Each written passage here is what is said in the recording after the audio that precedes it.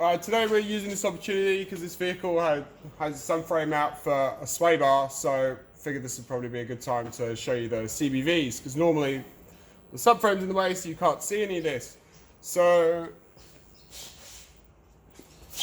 going to fit one of these, just a turbo smart plumb vac unit, in place of the factory one that lives there. Now, you can leave the drive shaft in, but then you're really on struggle street in my opinion. So for ease of access, there's a 13mm bolt that sits on the end of the drive shaft. You want to pull that out. These two 10s, pull the whole drive shaft out. Obviously there's a control arm ball joint, you just got to separate that. Pull that all out.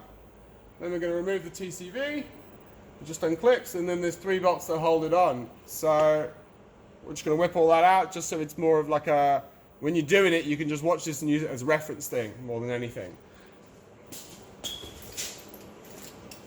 So, because obviously we've got the subframe out, that drive shaft bolt's already out, so to get the shaft out, we just need to pull these 10s.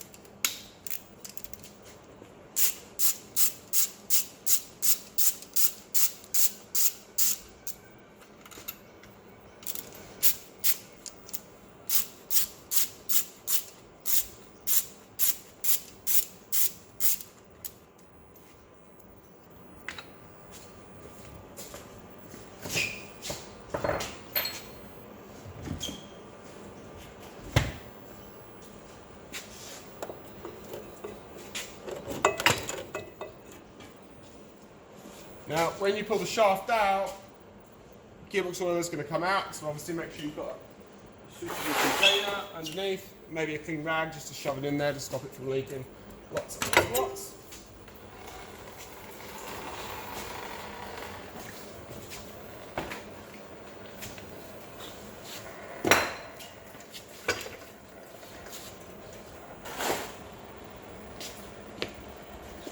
Cool. Now you can see you've got the support clamp. There's 3 bolts. This one at the back here, that is the hardest one to get to, and that's going to get stuck. But as you can see, there's a, I'll just show you here, that bolt is a real prick to get to because of the mount. You can just sneak it out. I personally just like to remove the mount. It makes my life easier. So next we're just going to unclip this. And all you're going to do is just gently wiggle it up and off the mount. There you go. So you can see our factory valves in here. So now I'm going to do those 13s.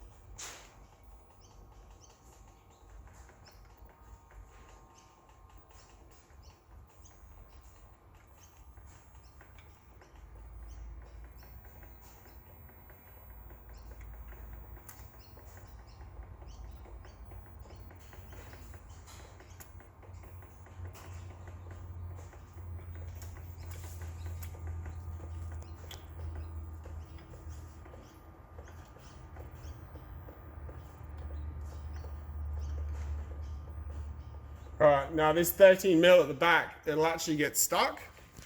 As you can see, it's stuck against that bottom bolt, but now it's completely removed. And this thing's on a bit of a dowel, so if you give it a bit of a wiggle, and that's actually undone all the way, and sometimes, there we go, you can just sneak it out. So now, we can just remove those three. Easy peasy.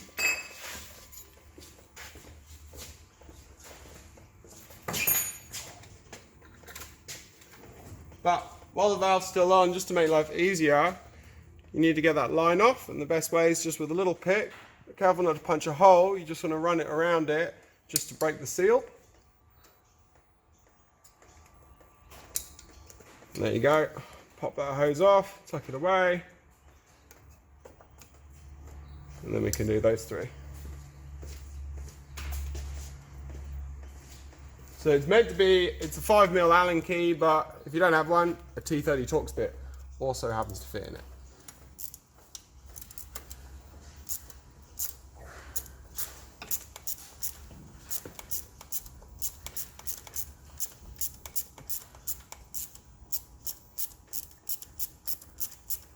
If you've got some ball end 5mm Allen keys, that will make your life a little bit easier too.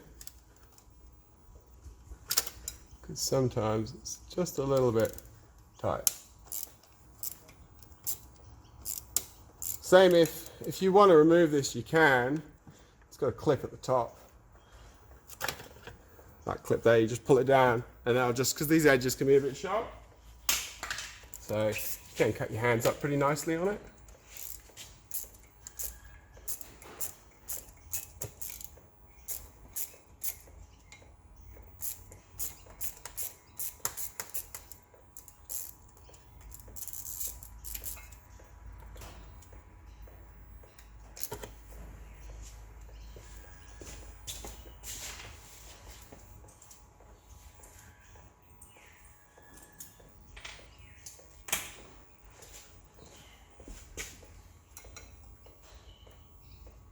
You know, that one gets a bit of a prick because you can't really get that in there.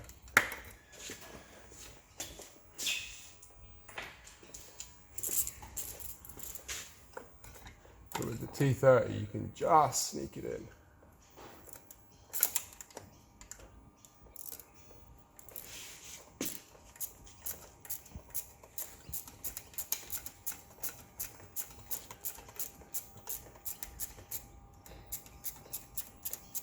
Now look, this is exactly the same on the RS Mark II, but you don't have to remove that drive shaft support clamp.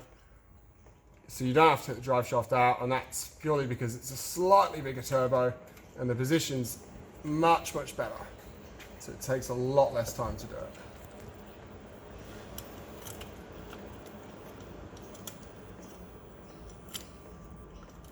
As you can see, the whole thing's now coming away. So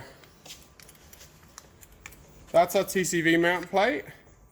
If you're running the factory TCV, refit that so it's got something to clip onto. If you've got one of our TurboSmart units that's mounted somewhere else, you don't need to have this plate, and that's your factory valve. So you just want to have a look. Yep, everything looks clean. Bearing holes looking good. Yep, sweet, there's no oil on the turbo, turbo's pretty healthy.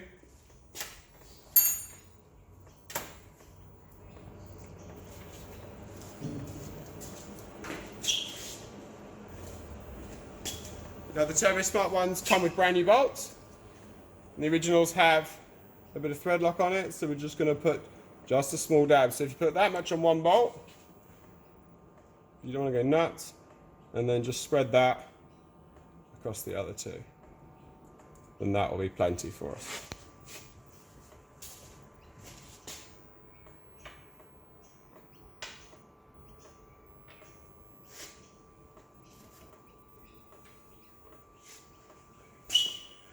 Now, like we've talked about in previous videos, the orientation of this valve is very important because it's got its release holes there, and that's why it's got the flat edge. So you've got to do this flat edge to that machined flat edge up there, so this valve's going to go that orientation round.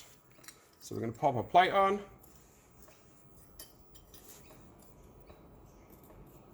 Pop a bolt through. Cool, our O-rings are all good. Everything looks sweet. just gonna slip it in there, just start one bolt.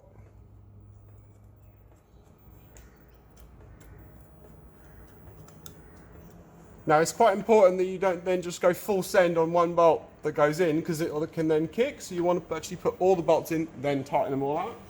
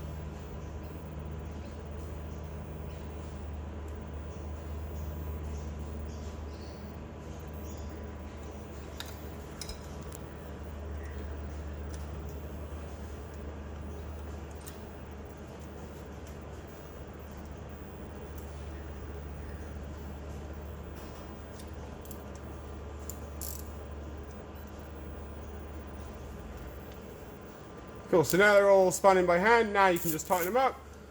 You don't have to go nuts, just firm with one hand.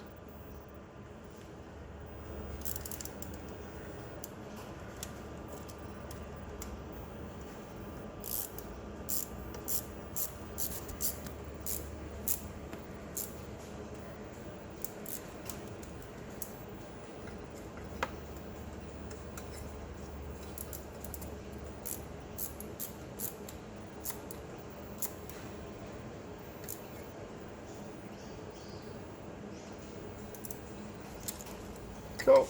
Then we can grab our vac line. This nipple's a little bit bigger, so I find just a little bit of spit. Just gives that a little bit of lube for it. Just push that line on all the way. And then you can clip your TCV back in. Refit that drive shaft support clamp, pop your drive shaft back in, done. The only thing you need to be aware of, on some of them, it all just depends on how the thread was cut on that bolt on that particular car. Sometimes you can't quite get that out all the way. But as you can see, there's quite a lot of length on it, and there's a dowel. So what you can do to make your life easier, just trim off that much off the bolt, and then it'll actually go in straight. Because obviously it's an alley block steel bolt. If you try and wind it in like that, you're gonna kill it. So just trim that much off it, and then she'll go straight in. Easy.